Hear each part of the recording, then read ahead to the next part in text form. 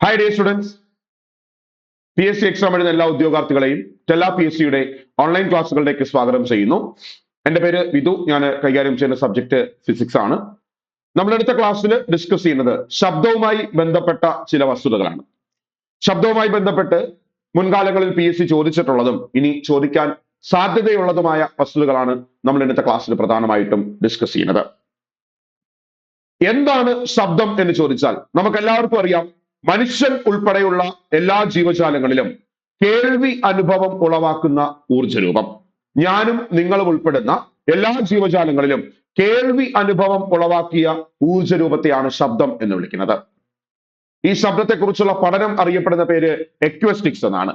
ശബ്ദത്തെക്കുറിച്ചുള്ള പഠനം അറിയപ്പെടുന്ന പേര് എക്വസ്റ്റിക്സ് എന്നാണ്. പ്രതിധ്വനിയെ കുറിച്ചുള്ള പഠനത്തെ കാറ്റക്കോസ്റ്റിക്സ് എന്ന് വിളിക്കാറുണ്ട്, കാറ്റഫോണിക്സ് എന്ന് വിളിക്കാറുണ്ട്. ശബ്ദത്തെക്കുറിച്ചുള്ള പഠനം അറിയപ്പെടുന്ന പേര് എക്വസ്റ്റിക്സ് എന്നാണ്. എങ്ങനെയാണ് ഈ ശബ്ദം ഡെവലപ്പ് ചെയ്യുന്നത്? ശബ്ദം ഉണ്ടാകുന്നതിന്റെ കാരണം വസ്തുക്കളുടെ കമ്പനമാണ്, വൈബ്രേഷൻസ് ആണ്. വസ്തുക്കൾ കമ്പനം ചെയ്യുന്നതിന്റെ ഫലമായിട്ടാണ് സൗണ്ട് ഡെവലപ്പ് ചെയ്യുന്നത്. ഉദാഹരണത്തിന്, നിങ്ങളിപ്പോ സംസാരിക്കുന്ന സമയത്ത് തൊണ്ടയിലേക്ക് കൈവച്ച് നോക്കുന്നു എന്ന് വിചാരിക്കുക. അങ്ങനെ നിങ്ങൾ സംസാരിച്ചുകൊണ്ട് തൊണ്ടയിൽ കൈവച്ച് നോക്കുമ്പോൾ ഒരു പാർട്ട് വൈബ്രേറ്റ് ചെയ്യുന്നതായിട്ട്, കമ്പനം ചെയ്യുന്നതായിട്ട് നമുക്ക് ഫീൽ ചെയ്യാറുണ്ട്. അത്തരത്തിലുള്ള കമ്പനങ്ങളാണ്, വൈബ്രേഷൻസ് ആണ് ശബ്ദം ഉണ്ടാകുവാൻ കാരണം. നിങ്ങൾ തൊണ്ടയിലേക്ക് കൈവെക്കുന്നു, ഒരു പാർട്ട് വൈബ്രേറ്റ് ചെയ്യുന്നതായിട്ട് ഫീൽ ചെയ്യുന്നു. എങ്ങനെയാണ് അവിടെ വൈബ്രേഷൻസ് നടക്കുന്നത്? നമ്മൾ സംസാരിക്കുന്ന സമയത്ത് നമ്മുടെ ലെൻസിൽ നിന്നും വായു പുറത്തേക്ക് വരികയാണ്. അങ്ങനെ പുറത്തേക്ക് വരുമ്പോൾ ഏകദേശം ഇവിടെ ആയിട്ട് എനിക്ക് ഒരു അവയവമുണ്ട്, അല്ലെങ്കിൽ നമുക്കൊരു അവയവമുണ്ട്. അതിന്റെ പേര് സ്വനപേടകം എന്നാണ്. ഈ സ്വനപേടകത്തിനകത്ത് ഈ റബ്ബർ ബാൻഡ് ഒക്കെ വലിച്ചു വെച്ചിരിക്കുന്ന കണക്കൊരു മെമ്പറൈൻ ഉണ്ട്. ആ മെമ്പറൈൻ അറിയപ്പെടുന്ന പേര് സ്വനതന്തു എന്നാണ്, വോക്കൽ കോഡ് എന്നാണ്. ഈ പുറത്തേക്ക് വരുന്ന വായു ഈ സ്വനപേടകത്തിനകത്തിരിക്കുന്ന സ്വനതന്തുവിനെ കമ്പനം ചെയ്യിക്കും, വൈബ്രേറ്റ് ചെയ്യിക്കും. ആ വൈബ്രേഷൻസ് ആണ് എന്ത് ഡെവലപ്പ് ചെയ്യാനുള്ള കാരണം? മനുഷ്യരിൽ ശബ്ദം ഉണ്ടാകുവാൻ കാരണം. ആനയിലും ശബ്ദം ഉണ്ടാകുന്നത് ഇതുപോലെയാണ്. നിങ്ങൾ ഡ്രംസ് നോക്കുകയാണെങ്കിൽ ആ ഡ്രംസില് ആ ഡയഫ്രം വൈബ്രേറ്റ് ചെയ്യുന്നു, കമ്പനം ചെയ്യുന്നു. അതിന്റെ ഫലമായിട്ടാണ് ശബ്ദം ഉണ്ടാകുന്നത്.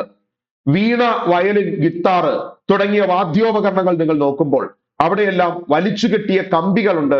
ഈ വലിച്ചു കെട്ടിയ കമ്പിയുടെ കമ്പനമാണ് ശബ്ദമുണ്ടാകുവാൻ കാരണം. ഹാർമോണിയം നോക്കുകയാണെങ്കിൽ ഹാർമോണിയത്തിന്റെ പിറകിലായിട്ട് ചില മെറ്റൽ സ്ട്രിപ്പുകളുണ്ട്, ചില ലോഹ തകിടുകളുണ്ട്. ആ ലോഹ തകിടുകളെ വിളിക്കുന്ന പേര് റീഡുകൾ എന്നാണ്. ഈ റീഡുകളുടെ കമ്പനമാണ് ശബ്ദമുണ്ടാകുവാൻ കാരണം. അപ്പൊ ബേസിക്കലി നമ്മൾ അറിഞ്ഞിരിക്കേണ്ട കാര്യം എന്താണ് ശബ്ദമുണ്ടാകുവാനുള്ള കാരണം എന്ന് ചോദിച്ചാൽ, ഇതേപോലെ വസ്തുക്കളുടെ കമ്പനങ്ങൾ, വസ്തുക്കളുടെ വൈബ്രേഷൻസ് ആണ് സൗണ്ട് ഡെവലപ്പ് ചെയ്യാനുള്ള കാരണം. അങ്ങനെ ഡെവലപ്പ് ചെയ്യുന്ന ശബ്ദ തരംഗങ്ങൾക്ക് സഞ്ചരിക്കണമെങ്കിൽ ഒരു മാധ്യമം ആവശ്യമാണ്. ഖരമോ ദ്രാവകമോ വാതകമോ ആയിട്ടുള്ള ഒരു മാധ്യമത്തിന്റെ സഹായം ഉണ്ടെങ്കിൽ മാത്രമേ ശബ്ദ തരംഗങ്ങൾക്ക് സഞ്ചരിക്കാൻ സാധിക്കുള്ളൂ. അതുകൊണ്ട് തന്നെ ശബ്ദത്തെ യാന്ത്രിക തരംഗം എന്നാണ് വിളിക്കുന്നത്. അതിൽ തന്നെ ശബ്ദം അനുദൈർഘ്യ തരംഗവുമാണ്. സോ ശബ്ദ തരംഗങ്ങൾക്ക് സഞ്ചരിക്കുവാൻ മാധ്യമം ആവശ്യമാണ്. അങ്ങനെ ഒരു മാധ്യമത്തിലൂടെ സഞ്ചരിച്ചു വരുന്ന ശബ്ദം നമ്മുടെ ചെവിയിലേക്ക് പ്രവേശിക്കുകയാണ്. നമ്മുടെ ചെവിയിലേക്ക് പ്രവേശിക്കുന്ന എല്ലാ ശബ്ദങ്ങളും നമുക്ക് കേൾക്കാൻ സാധിക്കുന്നതാണോ? ആ വസ്തുതയാണ് നമ്മൾ ഈ ക്ലാസ്സിൽ പ്രധാനമായിട്ടും ഡിസ്കസ് ചെയ്യുന്നത്. അപ്പൊ നമ്മൾ കണ്ടു, ശബ്ദം ഡെവലപ്പ് ചെയ്യുന്നതിന്റെ കാരണം വസ്തുക്കളുടെ കമ്പനമാണ്. വസ്തുക്കൾ കമ്പനം ചെയ്തതിന്റെ ഫലമായിട്ടാണ് ശബ്ദം ഉണ്ടായത്. അത്തരം ശബ്ദങ്ങൾക്ക് സഞ്ചരിക്കുവാനായിട്ട് ഖരമോ ദ്രാവകമോ വാതകമോ ആയിട്ട് ഒരു മാധ്യമം ആവശ്യമാണ്. അതുകൊണ്ട് തന്നെ ശബ്ദത്തെ വിളിക്കുന്ന പേര് യാന്ത്രിക തരംഗം എന്നാണ്. യാന്ത്രിക തരംഗത്തിൽ തന്നെ അനുദൈർഘ്യ തരംഗമാണ് ശബ്ദം. ഇനി ആ ശബ്ദം നമ്മുടെ ചെവിയിലേക്ക് പ്രവേശിക്കുകയാണ്. കമ്പനത്തിലൂടെ ഡെവലപ്പ് ചെയ്ത് മാധ്യമത്തിലൂടെ സഞ്ചരിച്ച് ശബ്ദം നമ്മുടെ ചെവിയിലേക്ക് പ്രവേശിക്കുന്നു. അങ്ങനെ നിങ്ങളുടെ ചെവിയിലേക്ക് പ്രവേശിക്കുന്ന എല്ലാത്തരം ശബ്ദങ്ങളും നിങ്ങൾക്ക് കേൾക്കാൻ സാധിക്കുന്നതാണോ, ഓർ നമുക്ക് കേൾക്കാൻ സാധിക്കുന്നതാണോ? ഈ വസ്തുതയാണ് നമ്മൾ ഈ ക്ലാസ്സിൽ പ്രധാനമായിട്ടും ഡിസ്കസ് ചെയ്യുന്നത്.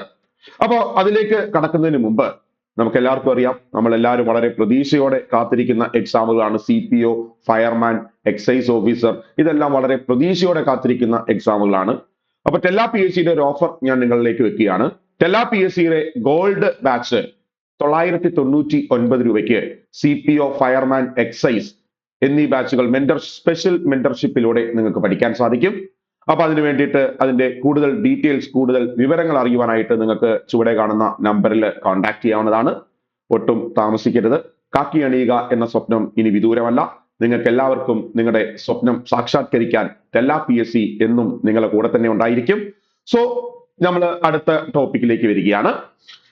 സോ എല്ലാ ശബ്ദങ്ങളും മനുഷ്യന് കേൾക്കാൻ സാധിക്കുന്നതാണോ എന്ന് ചോദിച്ചാൽ ഒരിക്കലുമല്ല. നമ്മുടെ ചെവിയിലേക്ക് എത്തുന്ന ശബ്ദങ്ങളിൽ ചിലത് മാത്രമാണ് നമുക്ക് കേൾക്കാൻ സാധിക്കുന്നത്. അതെന്താ അങ്ങനെ? കാരണം മനുഷ്യന് ഒരു ശ്രവണ പരിധിയുണ്ട്. മനുഷ്യന് കേൾക്കാൻ സാധിക്കുന്ന ശബ്ദത്തിന് ഒരു പരിധിയുണ്ട്, ഒരു ലിമിറ്റ് ഉണ്ട്. ആ പരിധിയെ വിളിക്കുന്ന പേരാണ് മനുഷ്യന്റെ ശ്രവണ പരിധി. എല്ലാ ശബ്ദങ്ങളും ഒന്നും നമുക്ക് കേൾക്കാൻ സാധിക്കത്തില്ല. ഒരു ഫ്രീക്വൻസി റേഞ്ച് അത് മാത്രമാണ് നമുക്ക് കേൾക്കാൻ സാധിക്കുന്നത്. നമുക്ക് കേൾക്കാൻ സാധിക്കുന്ന ശബ്ദത്തിന്റെ ആവൃത്തി ഏകദേശം 20 ഹെർട്സ് മുതൽ 20,000 ഹെർട്സ് വരെയാണ്. ഒരു 20 ഹെർട്സ് മുതൽ 20 കിലോ ഹെർട്സ് വരെയാണ്. രണ്ട് രീതിയിലും PSC ചോദിച്ചിട്ടുണ്ട്. മനുഷ്യന് കേൾക്കാൻ സാധിക്കുന്ന ശബ്ദത്തിന്റെ ഫ്രീക്വൻസി 20 ഹെർട്സ് മുതൽ 20,000 ഹെർട്സ് വരെയാണ്. ഇതിനെയാണ് മനുഷ്യന്റെ ശ്രവണ പരിധി എന്ന് വിളിക്കുന്നത്, ഓഡിബിൾ ലിമിറ്റ് എന്ന് വിളിക്കുന്നത്.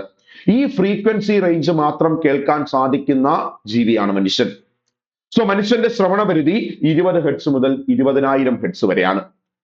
അപ്പൊ അതിന്റെ അർത്ഥം ഇതിനേക്കാളും കുറഞ്ഞ ഫ്രീക്വൻസിയും ഇതിനേക്കാളും കൂടിയ ഫ്രീക്വൻസിയും നമുക്ക് ചുറ്റും ഉണ്ടാകുന്നില്ല എന്നല്ല. ഈ കുറഞ്ഞതും കൂടിയതും ഒക്കെ ഉണ്ടാകുന്നുണ്ട്, ബട്ട് നമുക്ക് കേൾക്കാൻ സാധിക്കില്ല. ഉദാഹരണത്തിന് 20 ഹെർട്സിനേക്കാളും കുറഞ്ഞ ഫ്രീക്വൻസിയുള്ള ശബ്ദങ്ങൾ ഡെവലപ്പ് ചെയ്യുന്നു എന്ന് വിചാരിക്കുക. 5 ഹെർട്സിലും 10 ഹെർട്സിലും 15 ഹെർട്സിലും ഒക്കെയുള്ള ശബ്ദങ്ങൾ ഡെവലപ്പ് ചെയ്യുന്നു എന്ന് വിചാരിക്കുക. നമുക്ക് കേൾക്കാൻ സാധിക്കത്തില്ല, ഉണ്ടാകുന്നുണ്ട്. സോ അങ്ങനെയുള്ള ശബ്ദങ്ങൾ ഡെവലപ്പ് ചെയ്യുമ്പോൾ ആ ശബ്ദങ്ങളെ വിളിക്കുന്ന പേരാണ് ഇൻഫ്രാസോണിക് ശബ്ദം. മനുഷ്യന്റെ ശ്രവണ പരിധിയേക്കാളും കുറഞ്ഞ ആവൃത്തിയുള്ള ഫ്രീക്വൻസിയുള്ള ശബ്ദത്തെ വിളിക്കുന്ന പേരാണ് ഇൻഫ്രാസോണിക് ശബ്ദം. മനുഷ്യന് കേൾക്കാൻ സാധിക്കത്തില്ല എങ്കിലും നമുക്ക് ചുറ്റുമുള്ള പല മൃഗങ്ങൾക്കും, ആന, പ്രാവ്, ജിറാഫ്, നീലത്തിമിംഗലം, ഹിപ്പപ്പൊട്ടാമസ്, കാണ്ടാമൃഗം തുടങ്ങിയ പല ജീവികൾക്കും ഈ ശബ്ദത്തെ കേൾക്കാൻ സാധിക്കും. മനുഷ്യന് കേൾക്കാൻ സാധിക്കുന്നില്ല എന്ന് മാത്രമേ ഉള്ളൂ. ബട്ട് ഇത് കേൾക്കാൻ സാധിക്കുന്ന പല ജീവികളും നമുക്ക് ചുറ്റുമുണ്ട്. മനുഷ്യൻ എന്തുകൊണ്ട് കേൾക്കാൻ സാധിച്ചില്ല? കാരണം മനുഷ്യൻ 20 ഹെർട്സ് മുതൽ കേൾക്കാൻ സാധിക്കുന്നോള്. 20 ഹെർട്സിനേക്കാളും കുറഞ്ഞ ആവൃത്തിയുള്ള ശബ്ദത്തെയാണ് നമ്മൾ ഏത് പേരിട്ട് വിളിച്ചത്? ഇൻഫ്രാസോണിക് എന്ന് വിളിച്ചത്. ഇത് ഡെവലപ്പ് ചെയ്യുന്ന സന്ദർഭങ്ങൾ പറയുകയാണെങ്കിൽ പ്രധാനമായിട്ടും ഓർത്തു വെച്ചിരിക്കേണ്ടത് ഈ ഭൂകമ്പം, അഗ്നിപർവ്വത സ്ഫോടനം ഇതൊക്കെ ഉണ്ടാകുന്നതിന് ആഴ്ചകൾക്കോ മാസങ്ങൾക്കോ മുമ്പ് ഭൂമിക്കടിയിൽ നിന്നും പുറത്തേക്ക് വരാൻ സാധ്യതയുള്ള ഒരു ശബ്ദമാണ് ഇൻഫ്രാസോണിക്. അവിടെ തിരിഞ്ഞു പോരുത്. ഭൂകമ്പത്തിന്റെ കാരണം ഇൻഫ്രാസോണിക് എന്നല്ല ഞാൻ പറഞ്ഞത്. ഭൂകമ്പത്തിന്റെ കാരണം സീസ്മിക് തരംഗങ്ങളാണ്. നമുക്കറിയാം, ഭൂകമ്പത്തെ കുറിച്ചുള്ള പഠനത്തെ സീസ്മോളജി എന്ന് വിളിക്കുന്നു. പഠനം നടത്തുന്ന ശാസ്ത്രജ്ഞരെ സീസ്മോളജിസ്റ്റ് എന്ന് വിളിക്കുന്നു. ഇതെല്ലാം നമുക്കറിയാവുന്നതാണ്. സീസ്മോഗ്രാഫ് എന്ന ഉപകരണം ഉപയോഗിച്ചാണ് അതിന്റെ തീവ്രത അളക്കുന്നത്. രേഖപ്പെടുത്തുന്ന ഡേറ്റയെ സീസ്മോഗ്രാം എന്ന് വിളിക്കുന്നു. റിച്ചർ സ്കെയിൽ ഉപയോഗിച്ചാണ് അതിന്റെ തീവ്രത അളക്കുന്ന സ്കെയിലാണ് റിച്ചർ സ്കെയിൽ. ഇതെല്ലാം നമ്മൾ പഠിച്ചിട്ടുള്ളതാണ്. സോ ഭൂകമ്പ തരംഗങ്ങൾ എന്നറിയപ്പെടുന്നത് സീസ്മിക് തരംഗത്തെയാണ്. എന്നാൽ ഭൂകമ്പത്തിന് മുന്നോടിയായി, അതായത് ഭൂകമ്പത്തിന് ആഴ്ചകൾക്കോ മാസങ്ങൾക്കോ മുമ്പ് ഭൂമിക്കടിയിൽ നിന്നും ചില ശബ്ദ തരംഗങ്ങൾ പുറത്തേക്ക് വരാൻ സാധ്യതയുണ്ട്. അത്തരത്തിൽ പുറത്തേക്ക് വരുന്ന ശബ്ദ തരംഗങ്ങളാണ് ഇൻഫ്രാസോണിക് എന്നറിയപ്പെടുന്നത്. ഭൂകമ്പത്തിന് ആഴ്ചകൾക്കോ മാസങ്ങൾക്കോ മുമ്പ് ഭൂമിക്കടിയിൽ നിന്നും ഈ ശബ്ദം പുറത്തേക്ക് വരും. അത് ചില ജീവികൾക്ക് തിരിച്ചറിയാനും സാധിക്കും. അതുകൊണ്ടാണ് പഴമക്കാർ പറയുന്നത് മൃഗങ്ങൾക്ക് മനുഷ്യരെക്കാളും മുൻപ് പ്രകൃതി ദുരന്തങ്ങളെ തിരിച്ചറിയാൻ സാധിക്കുന്നു. മൃഗങ്ങൾക്ക് മനുഷ്യരെക്കാളും മുൻപ് പ്രകൃതി ദുരന്തങ്ങളെ തിരിച്ചറിയാൻ സാധിക്കുന്നു. അതിന് അവരെ സഹായിക്കുന്നത് ഈ ശബ്ദവും കൂടെയാണ്. അവർക്ക് ഈ ശബ്ദം കേൾക്കാൻ സാധിക്കുന്നു. അത് കേൾക്കുമ്പോൾ അവർക്ക് മനസ്സിലാകും ഇത് എന്തോ ആപത് സൂചകമാണ് എന്ന് അവർക്ക് മനസ്സിലാകുന്നു. സോ അങ്ങനെയാണ് അവര് സിനിമയൊക്കെ കാണുന്ന സമയത്ത് നമ്മൾ കാണാറുണ്ട്, മൃഗങ്ങൾ അവരുടെ സ്വഭാവത്തിൽ ഭൂകമ്പം പശ്ചാത്തലമായിട്ടുള്ള സിനിമകളൊക്കെ കാണുമ്പോൾ മൃഗങ്ങൾ ഈ ഭൂകമ്പത്തിന് മുന്നോടിയായിട്ട് സ്വഭാവത്തിലൊക്കെ വ്യത്യാസം കാണിക്കുന്നതായിട്ടൊക്കെ നമ്മൾ കണ്ടിട്ടുണ്ട്. അപ്പൊ അതിന്റെ കാരണം ഈ ശബ്ദവും കൂടെയാണ്. ഈ ഭൂകമ്പം ഉണ്ടാകുന്നതിന് ആഴ്ചകൾക്കോ മാസങ്ങൾക്കോ മുമ്പ് ഭൂമിക്കടിയിൽ നിന്നും ഇത്തരം ശബ്ദങ്ങൾ പുറത്തേക്ക് വരാനുണ്ട്. പല സ്ഥലങ്ങളിലും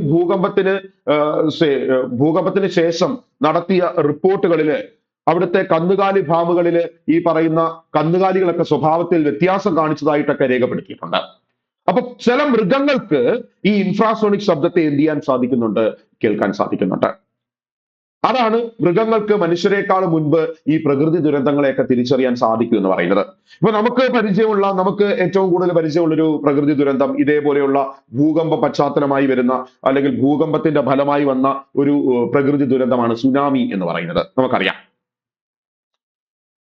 അപ്പൊ ഈ സുനാമി എന്ന് പറഞ്ഞാല് കടലിനടിയിലോ അന്യദേശങ്ങളിലോ ഒക്കെ ഉണ്ടാകുന്ന ഭൂകമ്പത്തിന്റെ ഫലമായി നമ്മുടെ തീരപ്രദേശത്തേക്ക് എത്തുന്ന ഭീമൻ തിരമാലകളെയാണ് സുനാമി തിരമാലകൾ എന്ന് വിളിക്കുന്നത്. ജാപ്പനീസ് പദമാണ്.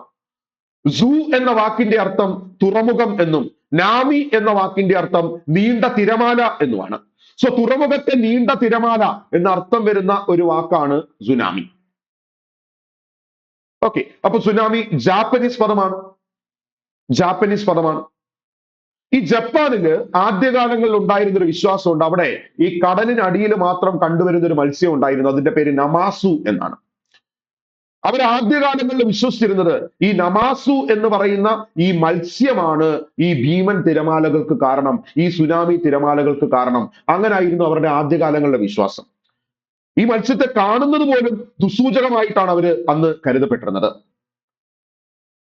കാരണം എന്നൊക്കെ അവിടെ സുനാമി തിരമാലകളെ കണ്ടിട്ടുണ്ടോ അന്നൊക്കെ ഈ മത്സ്യത്തെ സമുദ്രത്തിന്റെ ഉപരിതലത്തിൽ കാണാൻ സാധിച്ചിട്ടുണ്ട്. അപ്പൊ അവരുടെ വിചാരം ഈ മത്സ്യം സമുദ്രത്തിന്റെ ഉപരിതലത്തിൽ വന്നിട്ട് അതിന്റെ വാലൊക്കെ ശക്തമായിട്ട് വെള്ളത്തിലിട്ട് തട്ടുമ്പോഴാണ് ഇതുപോലെയുള്ള വലിയ തിരമാലകൾ രൂപപ്പെടുന്നത്. അങ്ങനെയായിരുന്നു അവർ വിശ്വസിച്ചിരുന്നത്. ഞാൻ പറയുന്നത് ടെക്നോളജിയൊക്കെ ഡെവലപ്പ് ചെയ്യുന്നതിന് മുമ്പുള്ള കാര്യമാണ്. ടെക്നോളജി ഡെവലപ്പ് ചെയ്യുന്നതിന് മുൻപ് സുനാമിയുടെ സാധ്യത പ്രപഞ്ചം നമുക്ക് കാണിച്ചു തന്നത് നമാസു എന്ന് പറയുന്ന സമുദ്രത്തിന്റെ അടിത്തട്ടിൽ കണ്ടുവന്ന ഈ മത്സ്യം സമുദ്രത്തിന്റെ ഉപരിതലത്തിൽ വന്നതുകൊണ്ടാണ്. സമുദ്രത്തിന്റെ അടിത്തട്ടിൽ കണ്ടുവന്നിരുന്ന മത്സ്യം സമുദ്രത്തിന്റെ ഉപരിതലത്തിൽ വരുന്നു. അത് പ്രകൃതി നമുക്ക് കാണിച്ചു തന്ന എക്സാമ്പിൾ ആണ്. പ്രകൃതി നമുക്ക് കാണിച്ചു തന്ന സൂചനയാണ്. പ്രകൃതി ദുരന്തത്തിന്റെ സൂചനയാണ് ടെക്നോളജിയൊക്കെ ഡെവലപ്പ് ചെയ്യുന്നതിന് മുൻപ്. എന്നാൽ ഇന്ന് ടെക്നോളജി ഡെവലപ്പ് ചെയ്തപ്പോൾ സുനാമി മുന്നറിയിപ്പ് സംവിധാനങ്ങൾ നമ്മൾ സ്ഥാപിച്ചു. ഈ സുനാമി മുന്നറിയിപ്പ് സംവിധാനം അറിയപ്പെടുന്ന പേരാണ് Dart, deep Ocean assessment and reporting of സുനാമീസ്. Tsunami വരുന്നതിന് മുൻപ് ഈ ഡിവൈസ് നമുക്ക് ഇതിന്റെ സൂചന തരും. സുനാമിയൊക്കെ വരുന്നതിന് മുമ്പ് കടലിൽ കൊണ്ടിട്ടിരിക്കുന്ന ഒരു ഡിവൈസ് ആണിത്. ഈ ഡിവൈസ് നമുക്ക് സൂചന തരും. പണ്ട് അങ്ങനെയായിരുന്നു. പണ്ട് നമാസു എന്ന് പറയുന്ന മത്സ്യം മുകളിൽ വന്നു. എന്തുകൊണ്ട് നമാസു എന്ന് പറയുന്ന മത്സ്യം മുകളിൽ വന്നു? അവന് ഇൻഫ്രാസോണിക് ശബ്ദം കേൾക്കാൻ സാധിക്കും. ആ ഇൻഫ്രാസോണിക് ശബ്ദം കേട്ടത് കൊണ്ടാണ് അവൻ മുകളിലേക്ക് വന്നത്. ഇന്ന് അതിന്റെ കാര്യമില്ല. ഇന്ന് ആ തരംഗങ്ങളെ ഡിറ്റക്ട് ചെയ്തുകൊണ്ട് ഡാർട്ട് എന്ന് പറയുന്ന സംവിധാനം, deep Ocean assessment and reporting of tsunami എന്നറിയപ്പെടുന്ന ഈ സംവിധാനം നമുക്ക് ഇതിന്റെ സൂചനയൊക്കെ തരും. സോ ഭൂകമ്പം, അഗ്നിപർവ്വത സ്ഫോടനം ഇതൊക്കെ ഉണ്ടാകുന്നതിന് ആഴ്ചകൾക്കോ മാസങ്ങൾക്കോ മുമ്പ് ഭൂമിക്കടിയിൽ നിന്നും പുറത്തേക്ക് വരുന്ന ഒരു ശബ്ദമാണ് എന്ന് പറയുന്നത് ഇൻഫ്രാസോണിക്. അതുപോലെ ഇടിമിന്നലിന്റെ ഫലമായിട്ടും കൊടുങ്കാറ്റിന്റെ ഫലമായിട്ടും ഇൻഫ്രാസോണിക് ശബ്ദം രൂപപ്പെടാറുണ്ട്. ഇടിവെട്ടുന്ന സമയത്ത് നമ്മളൊരു ശബ്ദം കേൾക്കാറുണ്ട്. നമ്മൾ കേൾക്കുന്നത് 20 ഹെർട്സിനും 20,000 ഹെർട്സിനും ഇടയിലുള്ള ശബ്ദമാണ്. അതിനോടൊപ്പം തന്നെ ഏത് ശബ്ദവും പുറത്തേക്ക് വരുന്നുണ്ട്? ഈ പറയുന്ന ഇൻഫ്രാസോണിക് ശബ്ദവും പുറത്തേക്ക് വരുന്നുണ്ട്. നമുക്കത് കേൾക്കാൻ സാധിക്കത്തില്ല. വാഹനങ്ങളുടെ എഞ്ചിനുകളിൽ നിന്നും, കാറ്റാടി യന്ത്രങ്ങളിൽ നിന്നും, ലൗഡ് സ്പീക്കറിൽ നിന്നുമൊക്കെ ഇൻഫ്രാസോണിക് ശബ്ദം പുറത്തേക്ക് വരുന്നുണ്ട്. നമുക്ക് കേൾക്കാൻ സാധിക്കില്ല. കാരണം നമുക്ക് എവിടം മുതൽ എവിടം വരെ കേൾക്കാൻ സാധിക്കത്തുള്ളൂ? 20 ഹെർട്സ് മുതൽ 20,000 ഹെർട്സ് വരെ കേൾക്കാൻ സാധിക്കത്തുള്ളൂ. സോ നിങ്ങളുടെ ശരീരത്തിനുള്ളിൽ ഇപ്പോൾ നിങ്ങളുടെ ഹൃദയം പ്രവർത്തിക്കുന്നു. നിങ്ങളുടെ ശരീരത്തിനുള്ളിൽ നിങ്ങളുടെ ഹൃദയം പ്രവർത്തിക്കുമ്പോൾ ഒരു ലബ്ഡബ് സൗണ്ട് ഡെവലപ്പ് ചെയ്യാറുണ്ട്. അത് നമുക്ക് കേൾക്കാൻ സാധിക്കും. എന്നാൽ അതിനോടൊപ്പം തന്നെ ഇൻഫ്രാസോണിക് ശബ്ദവും പുറത്തേക്ക് വരുന്നുണ്ട്. ഈ ലബ്ഡബ് സൗണ്ട് ഡെവലപ്പ് ചെയ്യുമ്പോൾ തന്നെ ഇൻഫ്രാസോണിക് സൗണ്ടും ഡെവലപ്പ് ചെയ്യാറുണ്ട്. ആ അറകളൊക്കെ തുറക്കി അടക്കിയൊക്കെ ചെയ്യുമല്ലോ, നിങ്ങൾ ബയോളജിയിൽ പഠിക്കുന്നതാണ്. ആ സമയത്ത് ഈ ശബ്ദവും പുറത്തേക്ക് വരാറുണ്ട്. ഇൻഫ്രാസോണിക് ശബ്ദവും പുറത്തേക്ക് വരാറുണ്ട്. ആ പുറത്തേക്ക് വരുന്ന ഇൻഫ്രാസോണിക് ശബ്ദത്തെ ഹൃദയത്തെക്കുറിച്ച് പഠിക്കാൻ വേണ്ടി ഉപയോഗിക്കാം. എവിടേക്കാന്ന് ചോദിച്ചാൽ ബാലിസ്റ്റോ കാർഡിയോഗ്രഫിയിലും സീസ്മോ കാർഡിയോഗ്രഫിയിലും ഹൃദയത്തെക്കുറിച്ച് പഠിക്കാൻ വേണ്ടി ഉപയോഗിക്കുന്നത് ഹൃദയ പ്രവർത്തന ഫലമായി പുറത്തേക്ക് വരുന്ന ഇൻഫ്രാസോണിക് ശബ്ദത്തെയാണ്. അപ്പൊ നമ്മൾ പറഞ്ഞുകൊണ്ടിരുന്നത് 20 ഹെർട്സിനേക്കാളും കുറഞ്ഞ ആവൃത്തിയുള്ള ശബ്ദത്തെക്കുറിച്ചായിരുന്നു. ഈ 20 ഹെർട്സിനേക്കാളും കുറഞ്ഞ ആവൃത്തിയുള്ള ശബ്ദത്തെയാണ് ഏത് പേരിട്ട് വിളിച്ചത്? ഇൻഫ്രാസോണിക്. എന്നാൽ 20,000 ഹെർട്സിനേക്കാളും കൂടുതലാണ് ആവൃത്തി എന്ന് വിചാരിക്കുക. ഡെവലപ്പ് ചെയ്യുന്ന ശബ്ദത്തിന്റെ ആവൃത്തി 20,000 ഹെർട്സിനേക്കാളും കൂടുതലാണ്, അഥവാ മനുഷ്യന്റെ ശ്രവണ പരിധിയേക്കാളും കൂടുതലാണ് എന്ന് വിചാരിക്കുക. അങ്ങനെ മനുഷ്യന്റെ ശ്രവണ പരിധിയേക്കാളും കൂടുതലാണ് ഡെവലപ്പ് ചെയ്യുന്ന ശബ്ദത്തിന്റെ ആവൃത്തി എങ്കിൽ അത്തരം ശബ്ദങ്ങളെ വിളിക്കുന്ന പേരാണ് അൾട്രാസോണിക് ശബ്ദം. ഇതും മനുഷ്യന് കേൾക്കാൻ സാധിക്കില്ല. പക്ഷെ നമുക്ക് ചുറ്റുമുള്ള പല മൃഗങ്ങൾക്കും പല ജീവികൾക്കും ഈ ശബ്ദത്തെ കേൾക്കാൻ സാധിക്കും. വവ്വാല്, നായ, പൂച്ച, പശു, കുതിര, എലി, നിശാശലഭം ഇവർക്കൊക്കെ ഈ ശബ്ദം കേൾക്കാൻ സാധിക്കുമെങ്കിലും മനുഷ്യന് ഈ ശബ്ദത്തെ എന്ത് ചെയ്യാൻ സാധിക്കില്ല? കേൾക്കാൻ സാധിക്കില്ല. ഇതിൽ ഏറ്റവും കൂടുതൽ ഈ അൾട്രാസോണിക് ശബ്ദത്തെ ഏറ്റവും കൂടുതൽ പ്രയോജനപ്പെടുത്തുന്ന ഒരു ജീവിയാണ് വവ്വാല്. കാരണം വവ്വാല് ഇര പിടിക്കുന്നതിനും തടസ്സത്തെ മനസ്സിലാക്കി സഞ്ചരിക്കുന്നതിനൊക്കെ അൾട്രാസോണിക് ശബ്ദം ഉപയോഗിക്കാറുണ്ട്. അവൻ പറന്നു പോകുന്ന സമയത്ത് ഇതേപോലെ ഈ അൾട്രാസോണിക് സൗണ്ട് ഡെവലപ്പ് ചെയ്തുകൊണ്ടാണ് പോകുന്നത്. എന്നിട്ട് അവൻ ചെക്ക് ചെയ്യും, ഈ പോയ സൗണ്ട് തിരിച്ചു വരുന്നുണ്ടോ എന്ന് ചെക്ക് ചെയ്യും. അങ്ങനെ അവന് തടസ്സത്തെയൊക്കെ ലൊക്കേറ്റ് ചെയ്യാൻ സാധിക്കും. അവൻ തടസ്സത്തെ ലൊക്കേറ്റ് ചെയ്ത് സഞ്ചരിക്കും. നമുക്കറിയാം ഈ നമ്മുടെ ദേശീയ ജലജീവിയാണ് ഗംഗാ ഡോൾഫിൻ എന്ന് പറയുന്നത്. ഈ ഗംഗാ ഡോൾഫിനും കാഴ്ചശക്തി ഇല്ല എന്നും പറയുന്നുണ്ട്, കാഴ്ചശക്തി കുറവാണെന്നും പറയുന്നുണ്ട്. അവനും സഞ്ചരിക്കാനായിട്ട് ഇതേ ശബ്ദ തരംഗങ്ങളെ തന്നെയാണ് ഉപയോഗിക്കുന്നത്. സോ വവ്വാല്, ഡോൾഫിൻ തുടങ്ങിയ ജീവികൾ ഇര പിടിക്കുന്നതിനും തടസ്സത്തെ മനസ്സിലാക്കി സഞ്ചരിക്കുന്നതിനും ഈ അൾട്രാസോണിക് ശബ്ദത്തെ ഉപയോഗിക്കുന്നുണ്ട്. ആ രീതി അറിയപ്പെടുന്ന പേരാണ് എക്കോ ലൊക്കേഷൻ. കാരണം ഒരു ശബ്ദം നമ്മൾ കേട്ട് അല്പസമയത്തിന് ശേഷം അതേ സൗണ്ട് വീണ്ടും കേൾക്കുമ്പോൾ നമ്മൾ ആ രീതിയെ വിളിക്കുന്ന പേരാണ്, മീൻസ് ആ പ്രതിഭാസത്തെ വിളിക്കുന്ന പേരാണ് എക്കോ. ആ എക്കോ ഉപയോഗിച്ച് തടസ്സത്തെ ലൊക്കേറ്റ് ചെയ്തത് കൊണ്ട് ഈ പ്രോസസ് അറിയപ്പെടുന്ന പേര് എക്കോ ലൊക്കേഷൻ എന്നാണ്. ഇനി നായ്ക്കളെ പരിശീലിപ്പിക്കാനായിട്ട് നമ്മളൊരു സ്പെഷ്യൽ വിസിൽ ഉപയോഗിക്കാറുണ്ട്. നായ്ക്കളെ പരിശീലിപ്പിക്കാൻ ഉപയോഗിക്കുന്ന സ്പെഷ്യൽ വിസിലിന്റെ പേര് ഗാൾട്ടൺ വിസിൽ എന്നാണ്. എന്താണ് ഇതുകൊണ്ട് ഇതിനെ സ്പെഷ്യൽ വിസിൽ എന്ന് വിളിച്ചതെന്ന് ചോദിച്ചാൽ, ഈ വിസിൽ കൊണ്ട് ശബ്ദം ഉണ്ടാക്കുന്ന മനുഷ്യന് ഈ ശബ്ദം കേൾക്കാൻ സാധിക്കില്ല. കാരണം ഈ വിസിലിൽ നിന്നും പുറത്തേക്ക് വരുന്ന ശബ്ദം ഏതാണ്ട് 30,000 ഹെർട്സിൽ കൂടുതലാണ്. 30,000 ഹെർട്സിൽ കൂടുതലായതുകൊണ്ട് മനുഷ്യന് കേൾക്കാൻ സാധിക്കില്ല. കാരണം മനുഷ്യന്റെ ശ്രവണപരിധി 20,000 ഹെർട്സ് വരെയാണ്. എന്നാൽ നായക്ക് ഇത് കേൾക്കാൻ സാധിക്കും. കാരണം നായയുടെ ഓഡിബിൾ ലിമിറ്റ് ഏതാണ്ട് 45,000 ഹെർട്സ് വരെ പോകുന്നുണ്ട്. അതുകൊണ്ട് മനുഷ്യന് കേൾക്കാൻ സാധിക്കത്തില്ല എങ്കിലും നായ്ക്കൾക്ക് ഈ സൗണ്ട് കേൾക്കാൻ സാധിക്കും. സോ നായ്ക്കളെ പരിശീലിപ്പിക്കാനായിട്ട് ഈ വിസിൽ ഉപയോഗിക്കുന്നുണ്ട്. പ്രധാനമായിട്ടും മിലിറ്ററി പർപ്പസ് ഡോഗ്സിനെയും അതുപോലെ തന്നെ സർക്കസിൽ ഉപയോഗിക്കുന്ന നായ്ക്കളെയും ഒക്കെയാണ് ഇതേപോലെ ഗാൾട്ടൺ വിസിൽ ഉപയോഗിച്ച് ട്രെയിൻ ചെയ്യിക്കുന്നത്. കാരണം ഈ രണ്ട് സന്ദർഭങ്ങളിലാണ് മനുഷ്യൻ കേൾക്കാതെ ചില സിഗ്നലുകൾ നായ്ക്കൾക്ക് പാസ് ചെയ്യേണ്ടതായിട്ട് വരുന്നത്. സോ അത്തരം സന്ദർഭങ്ങളിൽ അവരെ ട്രെയിൻ ചെയ്യിക്കാൻ ഉപയോഗിക്കുന്ന വിസിലാണ് ഗാൾട്ടൺ വിസിൽ എന്ന് പറയുന്നത്. ആ ഗാൾട്ടൺ വിസിലിൽ നിന്നും പുറത്തേക്ക് വരുന്ന ശബ്ദം അൾട്രാസോണിക് ആണ്. സ്കാനിങ്ങിന് ഈ ശബ്ദത്തെ ഉപയോഗിക്കാറുണ്ട്. ഉദാഹരണത്തിന് നമുക്ക് ഗർഭപാത്രത്തിനകത്തുള്ള ഒരു കുട്ടിയുടെ വളർച്ചയൊക്കെ അനലൈസ് ചെയ്യണമെന്ന് വിചാരിക്കുക. നമ്മൾ സ്കാൻ ചെയ്യാറുണ്ട്. ശബ്ദം ഉപയോഗിച്ചുള്ള സ്കാനിങ് ആണ് അവിടെ നടത്തുന്നത്. ഏത് ശബ്ദമാണ് ഉപയോഗിക്കുന്നത് എന്ന് ചോദിച്ചാൽ അൾട്രാസോണിക് ശബ്ദമാണ് അവിടെ ഉപയോഗിക്കുന്നത്. അത്തരം സ്കാനിങ് അറിയപ്പെടുന്ന പേരാണ് അൾട്രാസൗണ്ട് സ്കാനിങ് ഓർ അൾട്രാസോണോഗ്രഫി എന്ന് വിളിക്കാറുണ്ട്. ആ കുട്ടിയുടെ വളർച്ചയൊക്കെ അനലൈസ് ചെയ്യാനായിട്ട് നമ്മൾ നടത്തുന്ന സ്കാനിങ് ആണ്. അതുപോലെ ഹൃദയത്തിന്റെയും അതിലൂടെയുള്ള രക്തത്തിന്റെ ഒഴുക്കും ഒക്കെ ചിത്രീകരിക്കാനായിട്ട് ഈ അൾട്രാസോണിക് ശബ്ദം ഉപയോഗിക്കുന്നുണ്ട്. ആ സാങ്കേതിക വിദ്യയെ വിളിക്കുന്ന പേര് എക്കോ കാർഡിയോഗ്രഫി എന്നാണ്. ഈ എക്കോ കാർഡിയോഗ്രഫി എന്ന് പറയുമ്പോൾ ഹൃദയത്തിന്റെയും അതിലൂടെയുള്ള രക്തം നിങ്ങൾക്ക് ഇപ്പൊ കാണാൻ സാധിക്കുന്നുണ്ട്. ഹൃദയത്തിന്റെയും അതിലൂടെയുള്ള രക്തത്തിന്റെ ഒഴുക്കുമൊക്കെ ചിത്രീകരിക്കുന്ന സാങ്കേതിക വിദ്യയാണ് എക്കോ കാർഡിയോഗ്രഫി. എക്കോ കാർഡിയോഗ്രഫിയിൽ ഉപയോഗിക്കുന്ന ശബ്ദം അൾട്രാസോണിക് ആണ്. ഈ എക്കോ കാർഡിയോഗ്രഫി വാക്ക് കേട്ടോണ്ട് പെട്ടെന്ന് ECG ആണ് എന്ന് പറഞ്ഞു കളയരുത്. ECG എന്ന് പറഞ്ഞാൽ നമുക്കറിയാം ഇലക്ട്രോ കാർഡിയോഗ്രാം. അതായത് എന്റെ ഹൃദയം പ്രവർത്തിക്കുന്ന സമയത്ത് ചില ഇലക്ട്രിക്കൽ സിഗ്നലുകൾ പുറത്തേക്ക് വരുന്നുണ്ട്. ആ ഇലക്ട്രിക്കൽ സിഗ്നലുകൾ പ്ലോട്ട് ചെയ്ത് കാണിക്കുമ്പോൾ ആ പ്ലോട്ട് ചെയ്യുന്ന ഗ്രാഫ് അതിനെയാണ് ECG എന്ന് വിളിച്ചത്. ഇതല്ല, ഇത് ഹൃദയത്തിന്റെ ആ ഒരു പ്രവർത്തനം നമ്മൾ കാണുകയാണ്, ചിത്രീകരിക്കുകയാണ്. ആ രീതിയെ വിളിക്കുന്ന പേരാണ് എക്കോ കാർഡിയോഗ്രഫി. സോ എക്കോ കാർഡിയോഗ്രഫിയിൽ ഉപയോഗിക്കുന്നത് അൾട്രാസോണിക് ശബ്ദത്തെയാണ്. നേരത്തെ ഞാൻ പറഞ്ഞിരുന്നു ബാലിസ്റ്റോ കാർഡിയോഗ്രഫിയിലും സീസ്മോ കാർഡിയോഗ്രഫിയിലും പ്രയോജനപ്പെടുത്തിയ ശബ്ദം ഇൻഫ്രാസോണിക് ആണ്. എക്കോ കാർഡിയോഗ്രഫിയിൽ പ്രയോജനപ്പെടുത്തുന്ന ശബ്ദം അൾട്രാസോണിക് ആണ്. ഇനി നിങ്ങളുടെ വൃക്കയില് കിഡ്നിയിൽ ഒരു സ്റ്റോൺ ഉണ്ടെന്ന് വിചാരിക്കുക. നിങ്ങൾക്ക് ഈ സ്റ്റോണിനെ പൊടിച്ചു കളയണം. അങ്ങനെ ആ സ്റ്റോണിനെ പൊടിച്ചു കളയണമെങ്കിലും നിങ്ങൾക്ക് ഏത് ശബ്ദം ഉപയോഗിക്കാം? അൾട്രാസോണിക് ശബ്ദം ഉപയോഗിക്കാം. സോ സാധാരണഗതിയിൽ ഈ കിഡ്നി സ്റ്റോണിനെ പൊടിച്ചു കളയുന്ന സാങ്കേതിക വിദ്യയെ വിളിക്കുന്ന പേര് ലിത്തോട്രിപ്സി എന്നാണ്.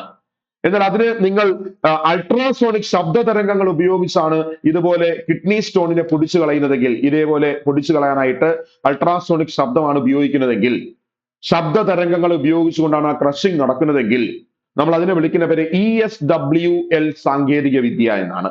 Extra corporeal shock wave lithotripsy എന്നാണ് നമ്മൾ ആ സാങ്കേതിക വിദ്യയെ വിളിക്കുന്നത്. സോ കിഡ്നി സ്റ്റോണിനെ പൊടിച്ചു കളയാനായിട്ടും അൾട്രാസോണിക് ശബ്ദത്തെ ഉപയോഗിക്കാറുണ്ട്. ഇനി ഈ കടലിലൂടെ പോകുന്ന കപ്പൽ, ആ കപ്പൽ മത്സ്യക്കൂട്ടത്തിന്റെ സ്ഥാനം മനസ്സിലാക്കുന്നതിനും കടലിന്റെ ആഴം അറിയുന്നതിനും ആ കപ്പലിൽ ഉപയോഗിക്കുന്ന ഒരു സാങ്കേതിക വിദ്യയുണ്ട്. ആ സാങ്കേതിക വിദ്യയെ വിളിക്കുന്ന പേര് സോണാർ എന്നാണ്. ആക്ച്വലി ഇതൊരു ഡിവൈസ് അല്ല, ഇതൊരു ടെക്നോളജിയാണ്.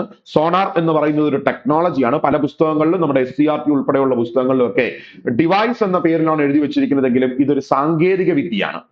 സോണാർ എന്ന് പറയുന്ന സാങ്കേതിക വിദ്യയിൽ ശബ്ദ തരംഗങ്ങൾ ഉപയോഗിച്ചുകൊണ്ടാണ് ഈ ആഴം അളക്കുന്നത്.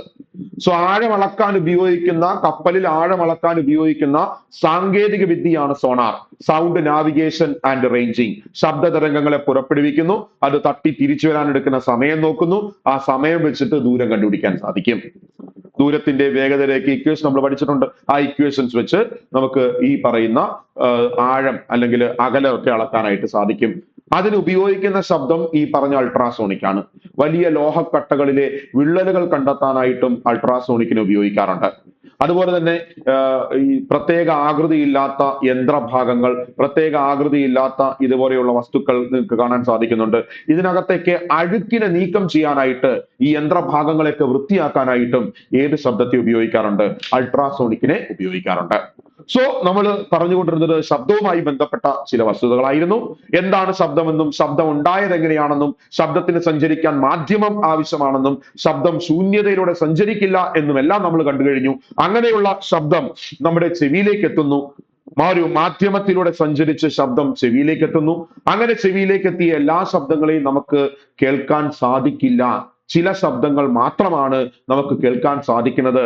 ആ വസ്തുതയാണ് ഞാൻ നിങ്ങളിലേക്ക് എത്തിക്കാനായിട്ട് ശ്രമിച്ചത്. എന്നെ കൊണ്ട് സാധിച്ചു എന്ന വിശ്വാസത്തിൽ ഞാൻ ഈ ക്ലാസ് ഇവിടെ വൈൻഡപ്പ് ചെയ്യാണ്.